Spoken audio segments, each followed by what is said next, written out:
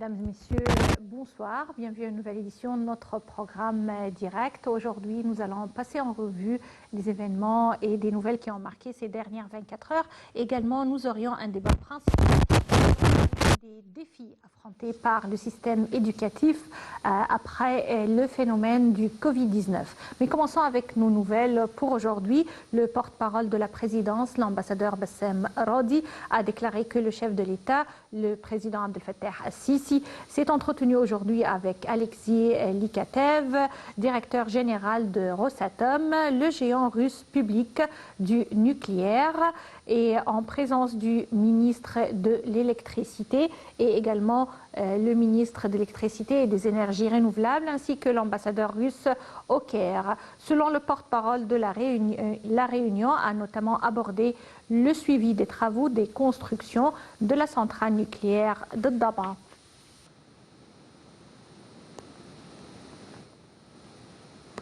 Passons au centre des médias dépendant du Conseil des ministres qui a nié aujourd'hui les rumeurs concernant la hausse des prix du carburant suite à un remaniement sur la décision d'augmenter les taxes retranchées des prix d'essence et consacrées à la construction des prix, la construction et le maintien des routes publiques.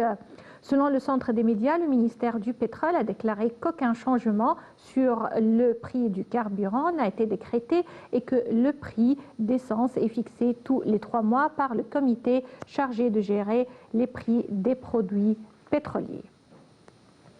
Également aujourd'hui, le ministre des Affaires étrangères, Sameh Shoukry, s'est entretenu au téléphone avec son homologue japonais, Toshimitsu Motegi, des moyens de renforcer les relations bilatérales dans les divers domaines ainsi que des dossiers régionaux d'intérêt commun. L'entretien téléphonique a porté sur les derniers développements concernant la fondation du Grand Musée étant un exemplaire de coopération entre les deux pays. Le ministre japonais a exprimé la volonté de son pays à relancer le dialogue arabo-japonais durant la période à venir. Et également, le ministère égyptien de la Santé a annoncé que 1226 nouveaux cas infectés par le coronavirus ont été détectés hier. Selon le ministère, 53 patients ont succombé à la maladie. Le ministère a souligné que le nombre de cas rétablis a atteint 110 000 et 15 patients récupérés et sortis des hôpitaux de confinement après avoir reçu les soins médicaux nécessaires. Et à présent, nous allons passer à nos commentaires pour cette édition. Nous allons commencer avec les méga-projets de l'Égypte et une visite d'inspection du président Abdel Fattah al-Sisi qui s'est réuni hier avec le Premier ministre Dr Mostafa Madbouli et le ministre du Logement et des agglomérations urbaines Assem Al-Ghazar pour discuter de l'avancement des travaux de construction à la nouvelle capitale. Était présent à cette réunion le PDG de la société de la nouvelle capitale administrative, l'ingénieur Ahmed Zain El-Abidine. Plus de détails à travers ce commentaire signé Salih Hamed et Yara Chouch.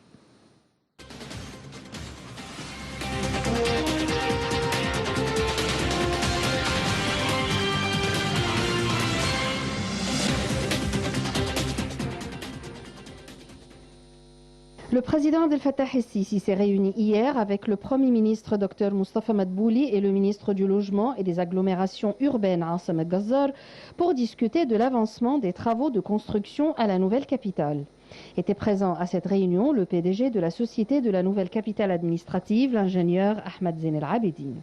La réunion a porté sur le suivi de l'état d'avancement des travaux de construction à la nouvelle capitale, notamment les quartiers résidentiels ainsi que le quartier des affaires et celui du gouvernement. Le chef de l'État a également passé en revue l'évolution des travaux dans la zone du fleuve Vert et les services assurés dans la nouvelle capitale. Le président a enjoint de poursuivre les travaux dans la nouvelle capitale conformément au calendrier fixé et à la planification de la construction approuvée pour terminer les travaux de manière intégrée. Le chef de l'État a également ordonné qu'une attention particulière soit accordée aux espaces verts et à la coordination civilisée au plus haut niveau de la capitale administrative dans le but de fournir une vie environnementale saine et de qualité aux citoyens et d'une manière qui reflète le caractère civilisé du nouvel État égyptien.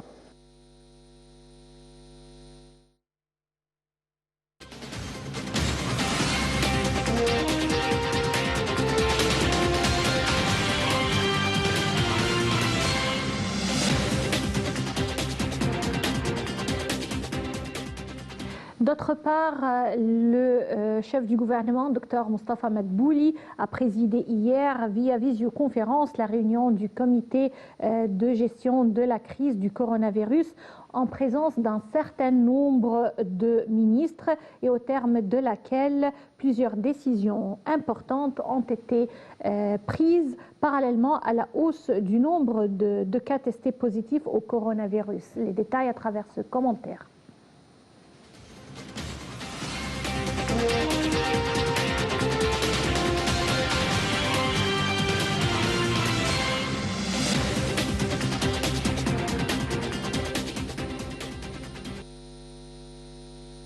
Le Premier ministre Dr Moustapha Madbouli a présidé hier via visioconférence la réunion du comité de gestion de la crise de coronavirus en présence d'un certain nombre de ministres et au terme de laquelle plusieurs décisions importantes ont été prises parallèlement à la hausse du nombre des cas testés positifs au coronavirus. De nombreuses questions ont été donc examinées et plusieurs décisions ont été prises, dont notamment celle de l'imposition d'une amende immédiate estimée à 50 livres égyptiennes à tous ceux qui ne portent pas de masque. Une amende immédiate de 4 000 livres égyptiennes sera également imposée aux restaurants, cafés et installations ne respectant pas les mesures préventives. Ces installations seront également fermées pour une durée d'une semaine en cas d'infraction aux dites mesures. La durée de fermeture sera redoublée si l'installation ne respecte toujours pas les mesures. Toutes célébrations pour fêter le Nouvel An sont annulées et l'installation qui enfreint cette décision sera exposée à des mesures et des sanctions sévères. Les salles pour célébrer les noces ou celles pour les services de condoléances seront totalement fermées. Il n'y aura de célébration de noces que dans les lieux ouverts et avec un nombre limité de convives. Le chef du gouvernement a enjoint d'imposer minutieusement l'application du taux de 50% dans les restos et les cafés. Les sanctions et amendes seront immédiatement appliquées dès dimanche prochain, 3 janvier 2021, ce qui constitue un message clair de l'État à tous ceux qui ne respecteront pas les décisions ou commettent n'importe quelle infraction. Le porte-parole de la présidence du Conseil des ministres, le conseiller Nader Saad, a déclaré que l'autorité des médicaments prend des mesures en fonction des fondements scientifiques suivis pour enregistrer un certain nombre de types de vaccins annoncés au niveau international. Une fois l'enregistrement des vaccins terminé, des contrats seront signés avec les entreprises qui produisent ces vaccins selon les quantités requises. Les ministères de la Santé et de l'Intérieur préparent les arrangements et les procédures par lesquelles les citoyens seront vaccinés. Lors de la présentation, la ministre de la Santé a confirmé la disponibilité de divers médicaments de protocole thérapeutique pour les cas infectés par le coronavirus, ainsi que des fournitures médicales en grande quantité suffisantes pour faire face à la deuxième vague du virus.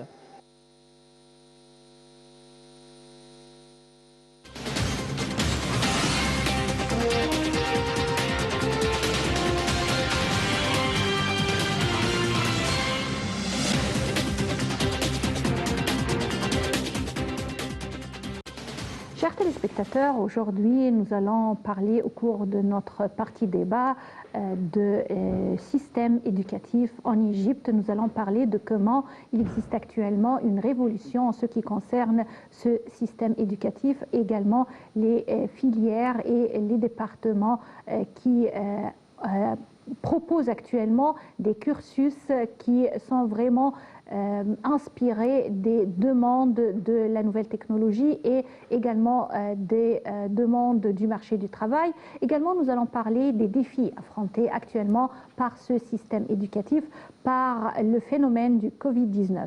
Afin de mieux parler de ce sujet, nous avons l'honneur d'accueillir aujourd'hui au studio Dr Tariq Abdelnaïm, maître de conférence à la faculté Al-Alsun. Bienvenue à notre programme. Enchanté. Et avant de commencer notre discussion, je vous invite à regarder avec nous ce commentaire, puisque une réunion élargie a eu lieu entre le ministre de l'Enseignement supérieur et de la Recherche scientifique, Dr Khaled Abdel Ghaffar, et le président de l'Université américaine du Caire, ainsi qu'un certain nombre de responsables des universités publiques et privées égyptiennes via visioconférence pour discuter des expériences des universités égyptiennes dans la lutte contre le coronavirus et du rôle du ministère face à cette pandémie. Sally Hamed et Yara Choucha ont plus de détails.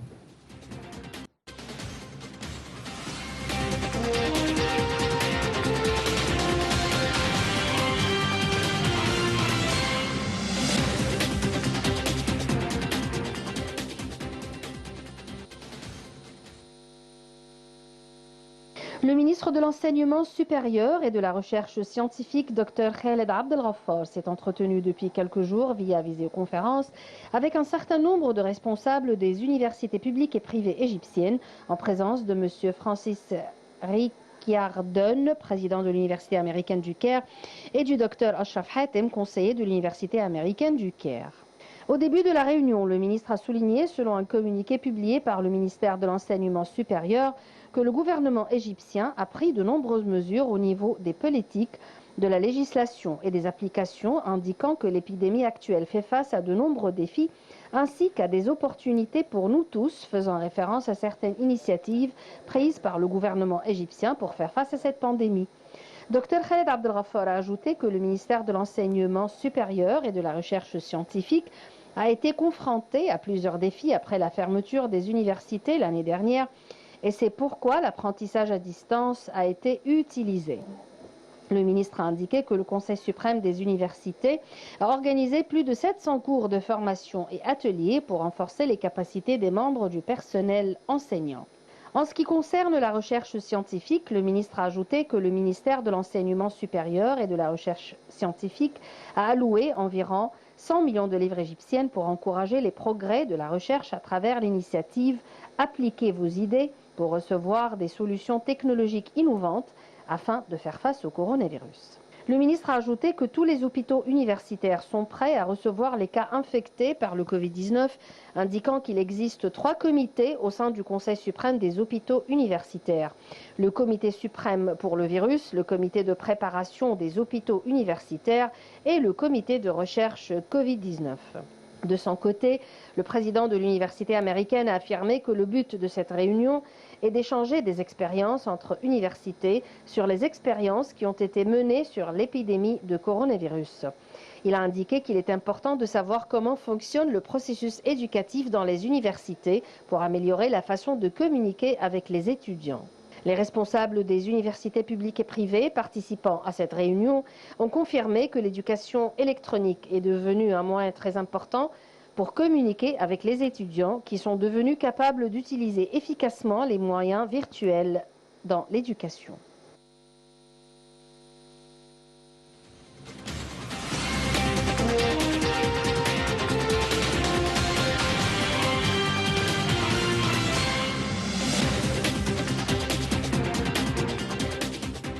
L'Égypte témoigne actuellement d'une révolution en ce qui concerne le système d'enseignement, le système éducatif.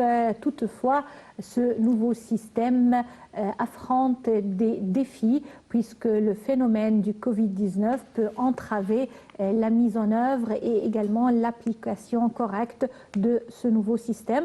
Et l'Égypte est à la hauteur de ces défis. Et afin de mieux parler de ce dossier très important, l'enseignement, l'éducation et l'avenir de l'enseignement en Égypte, nous avons l'honneur d'accueillir aujourd'hui au plateau Dr Tariq Abdel Naïm. Vous êtes maître de conférence à la faculté Al-Alsun. Bienvenue encore une fois à notre programme. Alors, docteur Tariq Abdel Naïm, si on parle d'abord de l'ampleur du Covid-19 et comment il pèse sur le système d'éducation, d'enseignement en Égypte. Qu'est-ce qu'on peut dire? Comment on a passé l'année dernière et comment cette année a commencé et comment on envisage le corps enseignant de continuer pendant toute l'année universitaire et scolaire? Tout d'abord, permettez-moi de féliciter les frères chrétiens à l'occasion de Noël. Et aussi, j'aimerais féliciter tout le monde entier à l'occasion de la nouvelle année.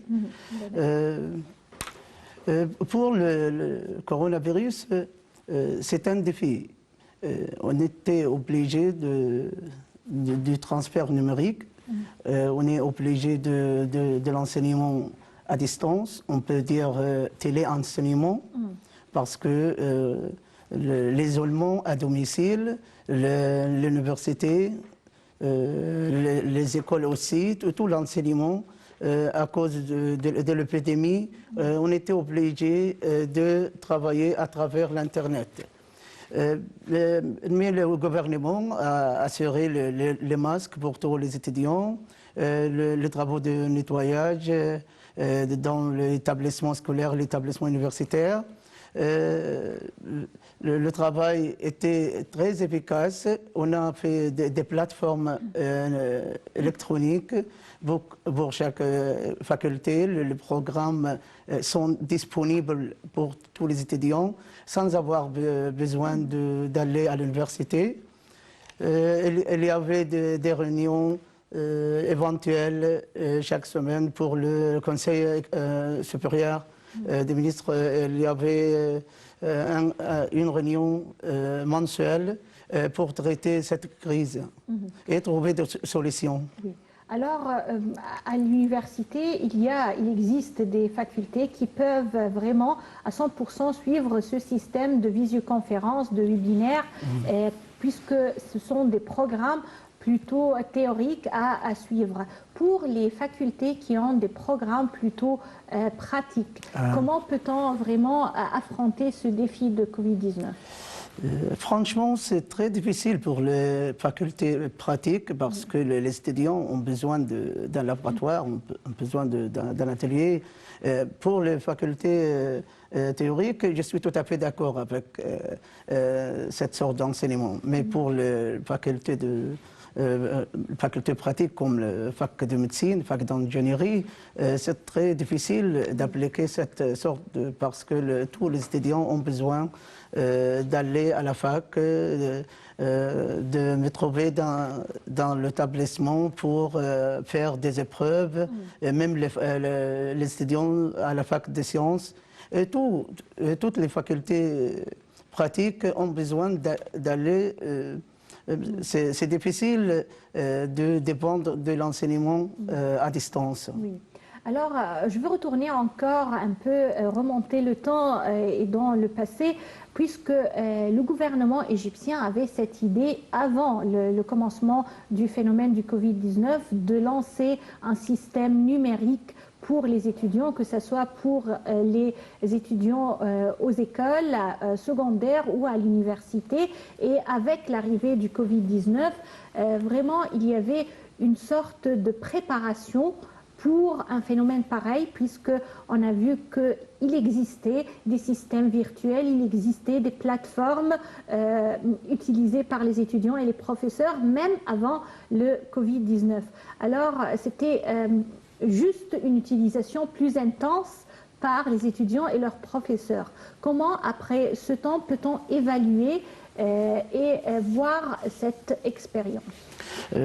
Moi, personnellement, je trouve que cette expérience, cette preuve est bien réussie. Mais avant le coronavirus, le gouvernement égyptien tente de se rendre au transfert numérique à travers le changement de quelques facultés comme faculté d'informatique et d'intelligence artificielle, création d'une faculté pour la technique et l'enseignement.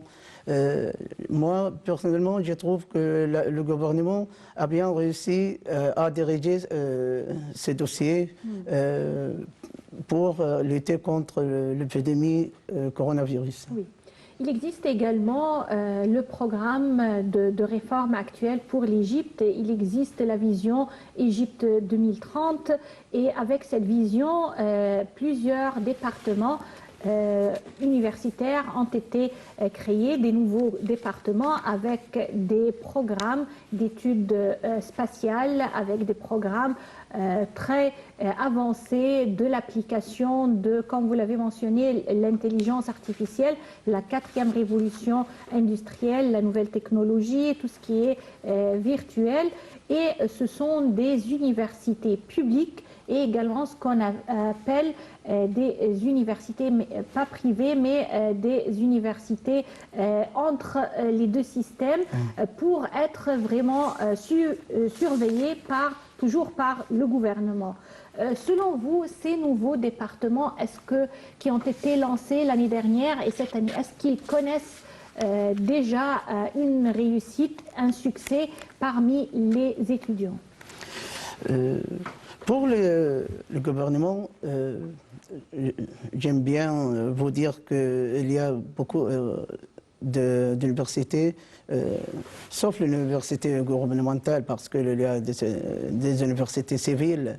C'est un système mixte. Oui. Oui. Et même dans les facultés égyptiennes, il y a des programmes privés, comme BIS à la fac de commerce. Il y a des programmes de traduction, des programmes de psychologie à la fac des lettres.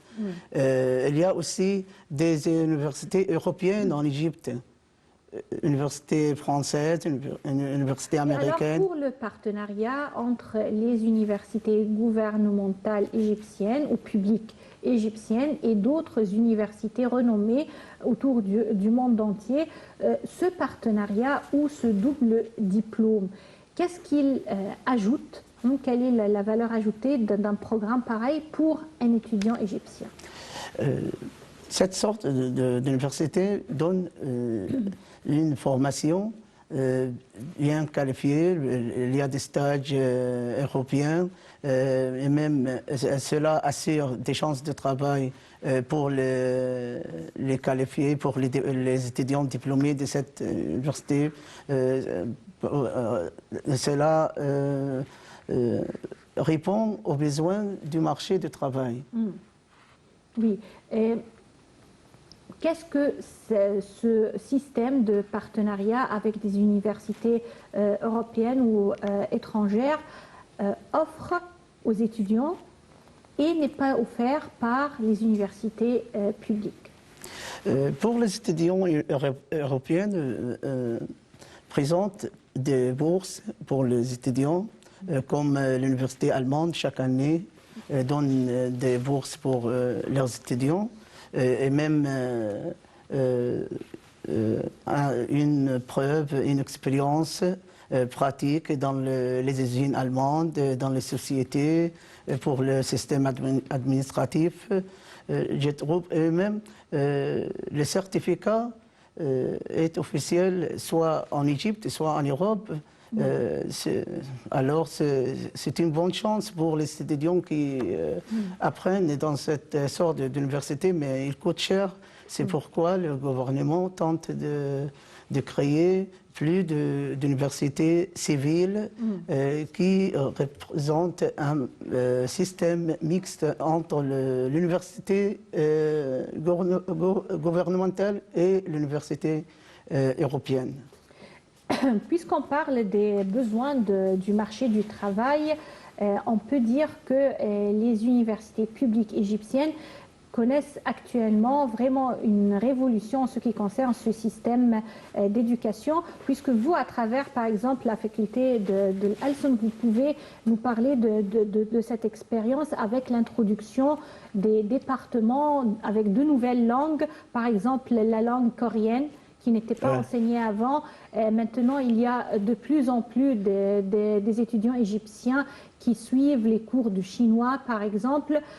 Comment ces programmes ont-ils été introduits à l'université, aux universités égyptiennes, et quelle est la réponse ou quel est l'accueil des étudiants de tels programmes? Vous touchez à un point très nécessaire pour nous, à la fac des langues, à l'Alson. Dans la Haute-Égypte, il y a 5 facultés. Elles sont Assouan, où il y a la langue coréenne, Alson de Luxor, Sohag, prochainement à Siout, Alson Elminia, Alson Bani Suef. Il n'y a plus de faculté pour les langues. Pourquoi?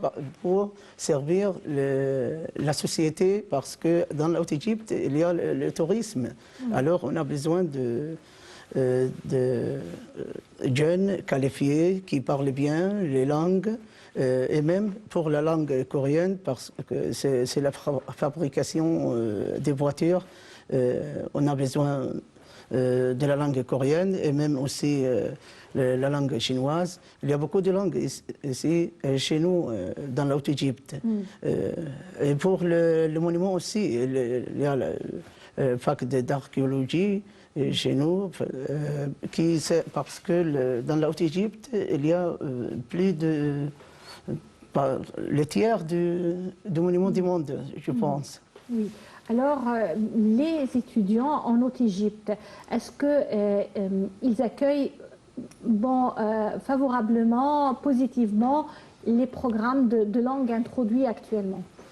Oui, mais franchement, pour réussir, il faut avoir un laboratoire de langue, laboratoire d'informatique, laboratoire de phonétique dans la faculté Alson. Même on trouve que Alson Ain Shams, c'est la faculté maternelle pour nous. On profite de beaucoup d'expérience par nos professeurs là-bas.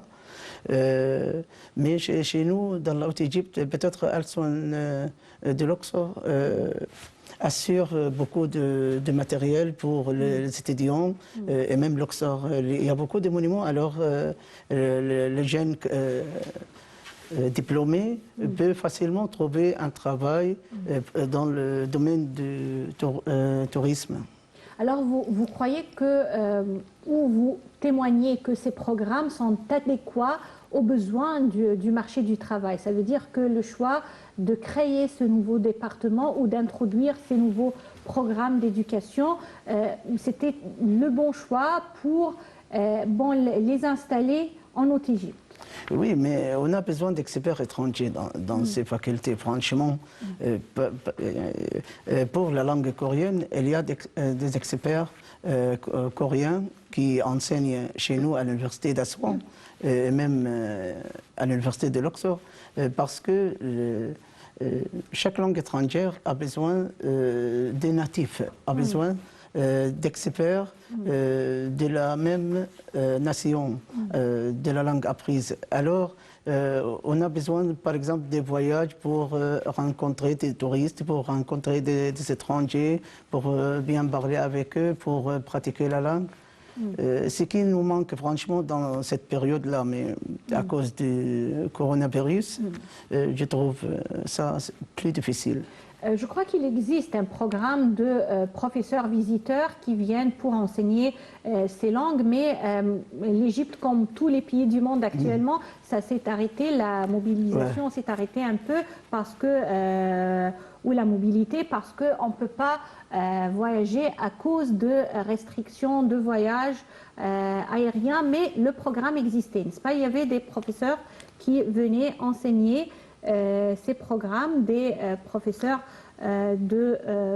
qui possèdent la langue maternelle enseignée dans la faculté de l'Alson. Oui, mais on a besoin de plus d'efficacité pour la coopération entre le pays de la langue maternelle et le pays de la langue étrangère. Par exemple, entre nous et France, dans la dernière période, il n'y a pas d'experts suffisants. Par exemple, au Centre culturel français, tout diminue. Je ne sais pas pourquoi. C'est le monde entier qui souffre et notre édition aujourd'hui, c'est ça. Comment affronter les défis imposés par le Covid-19 concernant l'application d'un système modernisé d'éducation et comment servir les étudiants dans ces circonstances étranges et vraiment qui pèsent sur les étudiants et les professeurs. Je voudrais également parler un peu de cette nouvelle révolution concernant également la fondation, la création de plusieurs universités dans les nouvelles villes. On a vu des universités à El Galela, on a vu des universités, quand vous venez de le mentionner, Galala, dans plusieurs villes dans le de gouvernement la Haute-Égypte, à Matrouh, où il n'y avait pas avant d'université. Oui. Alors, c'est partout en Égypte, au Sinaï. Il existe actuellement également plusieurs universités destinées aux Égyptiens qui vivent dans la péninsule du Sinaï. Comment voyez-vous cette expérience d'élargir un peu le système d'éducation et de créer plusieurs universités? Est-ce que c'est bien pour le système d'éducation ou ça peut nuire à la qualité présentée aux étudiants? Moi, je trouve que l'Égypte est sur le bon chemin pour ce système. Comme vous avez déjà dit, il y a l'université dans cette année de 2020, il y a 3 universités dans la province. Il y a l'université du roi Salman au Sinaï, l'université Al-Alamein à Marsa Matrouh, l'université de Galala à Suez, et même prochainement, on va trouver l'université d'Hurghada à la mer Rouge. Oui, ça c'est très bien. Mais est-ce que ces universités vont proposer les programmes traditionnels enseignés également au Caire, à Alexandrie et ailleurs, où il y aura des programmes spécialisés qui s'approchent de la nature, de la communauté, de la nature des endroits où existent ces universités? Ces universités assurent tous les critères mondiaux pour l'université. Le bâtiment, la formation des maîtres de conférences, le matériel, le laboratoire. Toutes les universités nouvelles sont disponibles pour tout le monde et même assurent un enseignement très efficace et réalisent aussi l'enseignement à distance, le téléenseignement. Il y a des programmes privés dans cette université. Je trouve que cette université font plus d'efforts pour être sur le plan mondial. Oui. Alors, nous avons contacté également par téléphone Dr Nermine Chokri, professeur à l'université Al-Mansoura. Bonsoir. Dr Nermine Chokri, bonsoir. Oui, bonsoir. Docteur Chokri, on parle aujourd'hui de plusieurs aspects de nouveaux systèmes éducatifs en Égypte. On parle d'abord de comment le nouveau système d'éducation en Égypte affronte les défis imposés par le Covid-19. C'est un phénomène qui frappe le monde entier et en Égypte, on peut souffrir de ce nouveau virus comme ailleurs. Alors, selon vous, comment l'Égypte est-elle préparée afin de répondre aux besoins des étudiants et également des professeurs au cours des circonstances vraiment exceptionnelles du Covid-19? Bonsoir tout d'abord. Je suis contente d'être avec vous dans le programme. En fait, l'Égypte a commencé déjà plusieurs étapes avant le coronavirus et c'était la transformation vers la digitalisation. Et donc, ils ont fait comme une sorte d'infrastructure dans toutes les universités et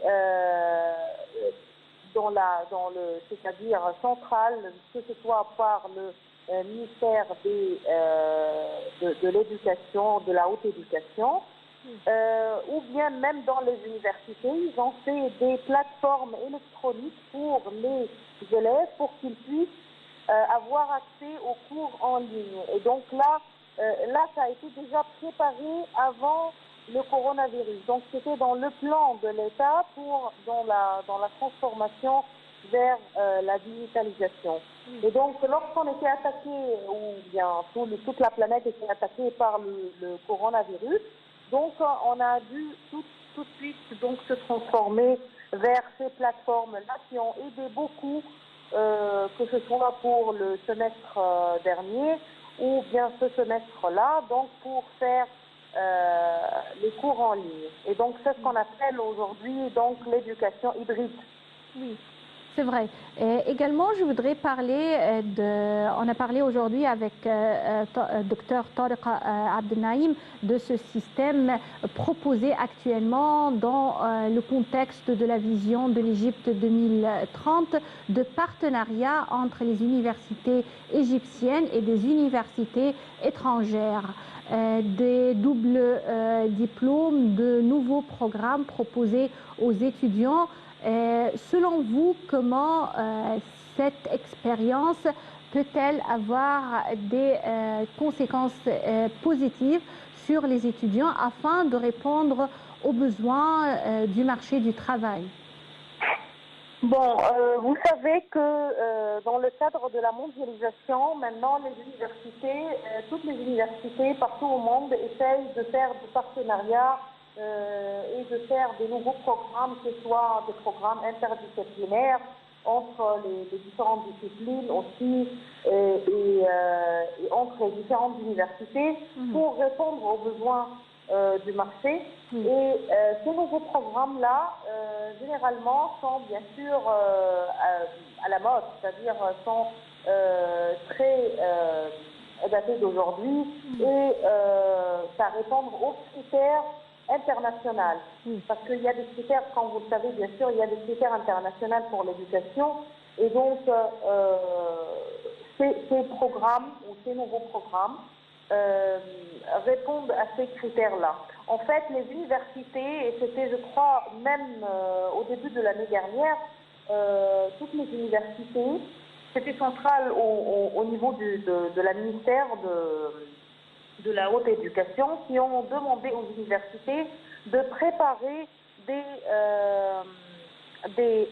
projets ou bien des idées de projets pour faire des partenariats, que ce soit entre les différentes universités avec le même diplôme ou bien la même discipline ou bien des programmes interdisciplinaires. Et donc on a commencé déjà depuis l'année dernière à préparer ces programmes-là et je crois que c'est en cours d'être réalisé pour le moment. Oui. Également, une autre étape concernant le même plan de l'Égypte, la vision 2030. Excusez-moi, la voix est très basse. Oui, également en ce qui concerne la réalisation de la vision de l'Égypte 2030. Et on a vu récemment l'inauguration de plusieurs universités égyptiennes dans de nouvelles villes et partout autour de la République. On l'a vu à Galela, on l'a vu à Matrouh, on l'a vu en Haute-Égypte. Selon vous, comment une expérience pareille et comment la création de nouvelles universités peut-elle également, cette création, contribuer à l'enrichissement des programmes proposés? Bon, en fait, l'inauguration des nouvelles universités, ce ne sont pas des nouvelles universités avec les mêmes programmes. Oui. C'est-à-dire la majorité des universités qui viennent d'être inaugurées étaient inaugurées avec des disciplines, des nouvelles disciplines, avec des programmes, des nouveaux programmes. Et donc, c'est différent des programmes traditionnels qu'on a en Égypte déjà dans les universités gouvernementales ou bien même dans les universités privées. Et donc, je crois que ces programmes sont beaucoup plus modernes, répondent aux besoins du marché international. Et donc, je crois que ça va attirer beaucoup d'élèves qui aimeront bien donc partir à l'étranger ou bien travailler à l'étranger surtout, ou bien même travailler en Égypte dans des compagnies internationales. Multinationales, c'est vrai. Et comme quel programme? Les programmes proposés, les nouveaux programmes proposés, ça couvre quel domaine? Ben, c'est dans tous les domaines, c'est-à-dire dans les domaines scientifiques, dans les domaines sciences humaines, mais on a vu, à l'intérieur de ces domaines-là, on a vu des spécialisations différentes. Donc, qui sont beaucoup plus modernes et qui attirent les élèves pour le moment. Oui. Docteur Nermine Choukri, vous êtes professeur à l'Université El Mansoura. Je vous remercie infiniment. Retour encore une fois à notre invité, docteur Tariq Abdenaïm, maître de conférence à la faculté Al-Alson. Alors, on parlait de ces nouveaux programmes. On parlait également de nouvelles plateformes. On parlait de nouveaux outils pour les étudiants. Si on parle de cette révolution en ce qui concerne l'éducation, on doit parler également de la formation du corps enseignant. Où en est concernant cette formation pour le corps enseignant pour qu'il puisse appliquer les nouveaux normes concernant l'éducation moderne, virtuelle, qui existent actuellement? Avant d'oublier, je voudrais ajouter quelque chose de très important.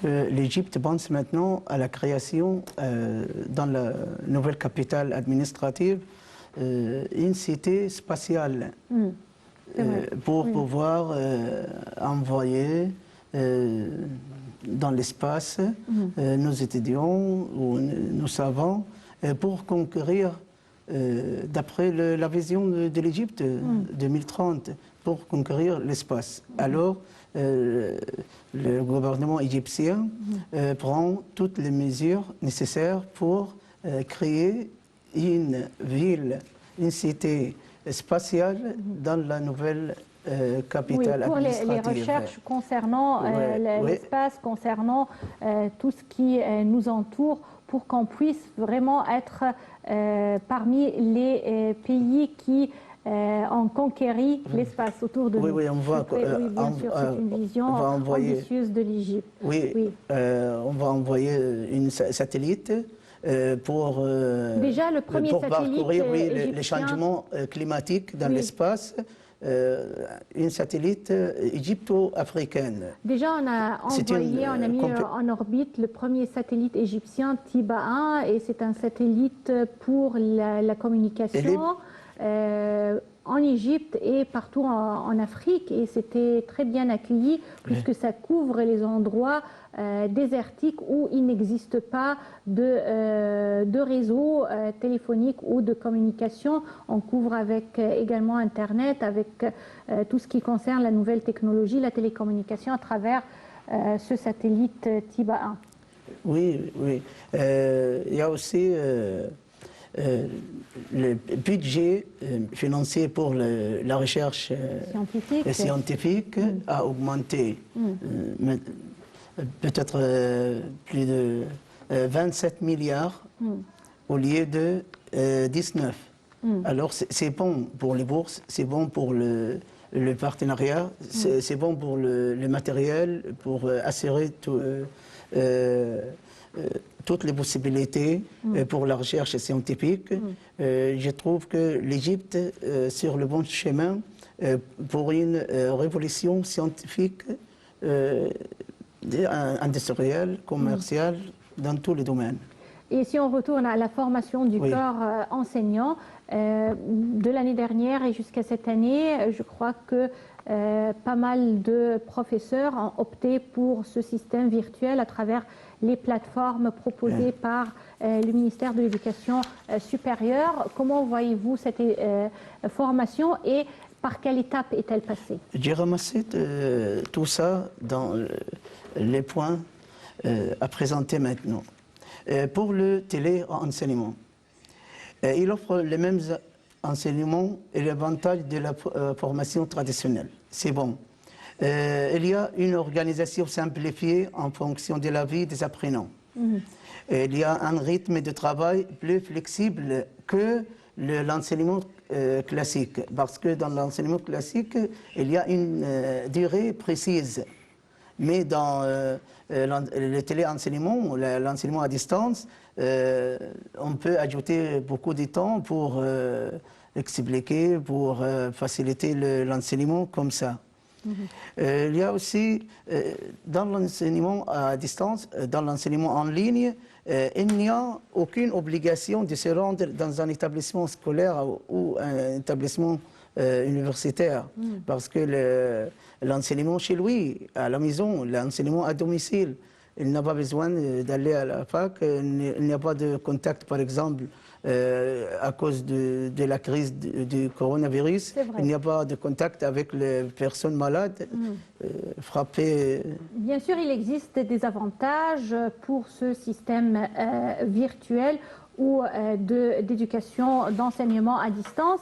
Et afin de mieux parler des pour et contre de ce système, nous avons contacté par téléphone Dr Essam Abdelfattah, professeur à l'Université Ain Shams. Bonsoir.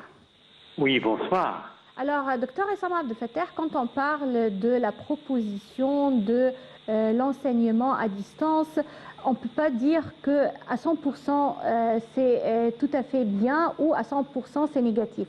Selon vous, quels sont les pour et les contre de ce système ? Eh bien, c'est une très bonne question, mais c'est une question très difficile. Je dois quand même vous avouer la difficulté, parce que pour l'enseignement à distance, il a bien entendu ses avantages, mais il a aussi ses inconvénients. C'est-à-dire, on ne peut pas dire que c'est une bonne méthode, non. C'est-à-dire, on essaye actuellement de remédier aux lacunes ou bien aux problèmes dont on souffre actuellement à cause du Covid-19. C'est-à-dire, on n'a pas d'autre alternative. C'est-à-dire, au lieu, par exemple, de perdre l'année scolaire universitaire, comme ça, sans études, on a eu recours donc à l'enseignement à distance. L'enseignement à distance, donc, c'est un moyen, je dirais, qui pourrait être très utile, c'est-à-dire dans certains aspects. C'est-à-dire, on maintient toujours les cours, on respecte le déroulement des cours, mais certainement en acceptant à mon avis, les graves problèmes aussi qui peuvent toujours s'en produire. Quels sont ces problèmes? Les problèmes, c'est qu'il y a, par exemple, l'enseignement exige le présentiel dans certains aspects.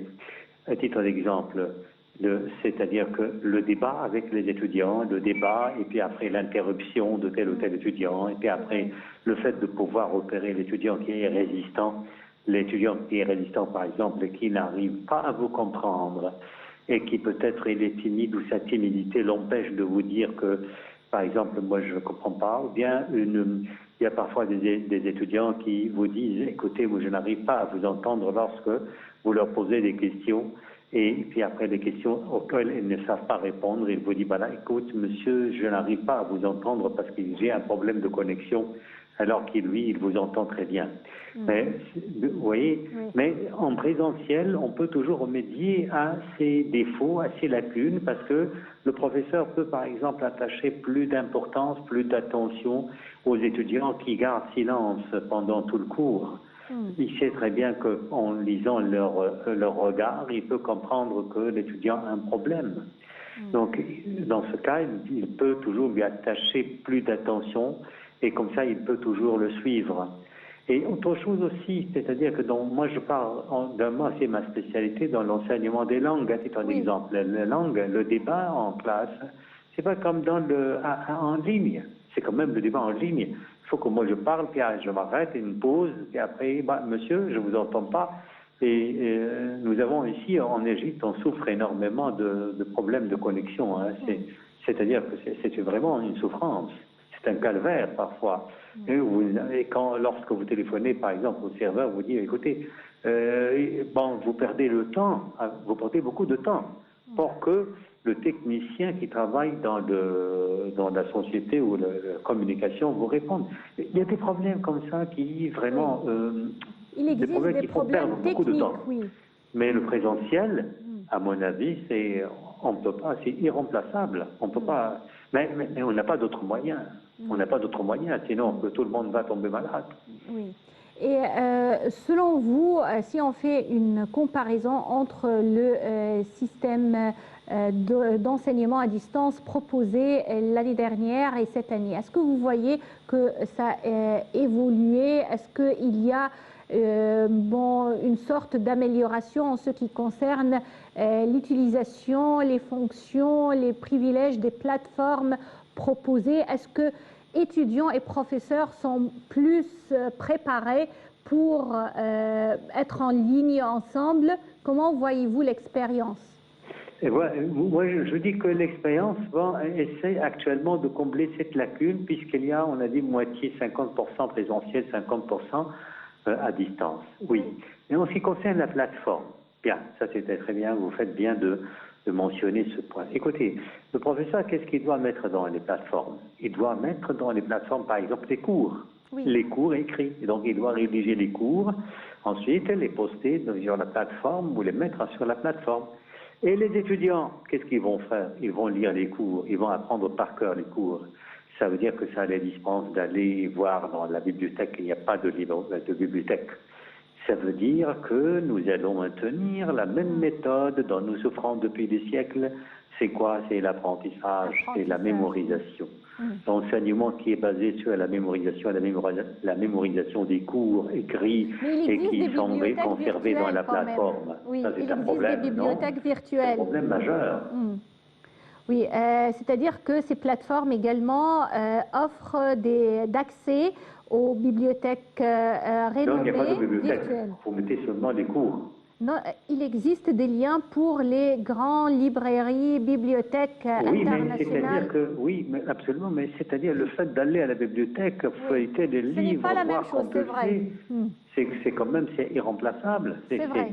C'est inévitable, mais qu'est-ce que vous allez mettre à les plateformes? Puis après, il y a autre chose. Oui. Est-ce que vous pensez que les étudiants peuvent toujours accéder à la bibliothèque via les plateformes? Non, parce qu'il y a beaucoup de livres. Vous entrez dans la bibliothèque, vous cherchez un livre, par exemple, on vous donne se réfère à un autre. Là, vraiment, c'est que la recherche de la bibliothèque. Mais moi, je ne peux pas m'en prendre donc à l'enseignement à distance, parce que nous savons très bien que c'est une destinée. Ça veut dire quoi, destinée? Ça veut dire on essaye de sauver le plus possible. Sinon, les cours seraient tous perdus. Oui, mais on ne peut pas. La comparaison ici, c'est. Excusez-moi, on ne peut pas faire une comparaison parce que tout le monde, certainement, c'est à l'unanimité. Préfère la présentielle, c'est vrai. Docteur Aissam Abdel Fattah, je vous remercie infiniment pour ces explications. Vous êtes professeur à l'Université Ain Shams. Je tiens, à la fin de notre édition, de remercier mon invité, docteur Tariq Abdel Naïm, maître de conférence à la faculté Al-Sonmin, merci. Et également, docteur Nermine Chokri, professeur à l'Université El-Mansoura, qui était avec nous à travers un appel téléphonique. Chers téléspectateurs, c'est ainsi qu'on termine cette édition de Direct. Rendez-vous demain et une nouvelle équipe. Merci et au revoir.